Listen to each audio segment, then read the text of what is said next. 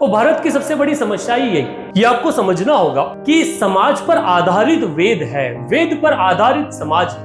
ये ब्राह्मण क्षत्रिय वैश्य शूद्र जो डिवीजन आप समाज में बताते हो और इसको प्रूव करने के लिए आप वेदों का जो सहारा लेते हो, ये पूर्णतः गलत, क्योंकि उस समय वेद में लिखा था इसलिए समाज में विभाजन नहीं था। जिस तरह का समाज था उसी को वेद में लिखा गया। वेद बाद में लिखे गए, सोसाइटी पहले आई।